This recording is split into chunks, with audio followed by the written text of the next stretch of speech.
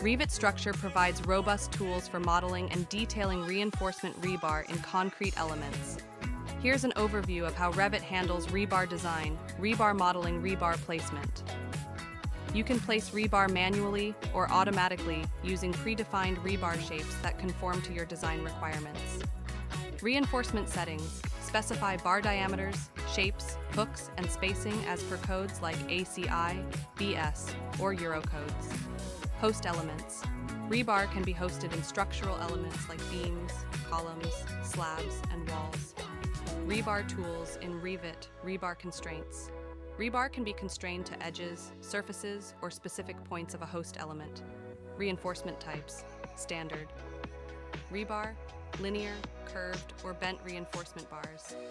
Area reinforcement. Automatically distributes rebar over a slab or wall area. Path reinforcement. Rebar along a defined path, such as an edge or a curve. Rebar is modeled in 3D, allowing for accurate visualization of reinforcement within the structural element. Detailing and documentation. Rebar schedules. Revit generates bar bending schedules BBS automatically, including bar lengths, quantities, and weights. Shop drawings. Detailed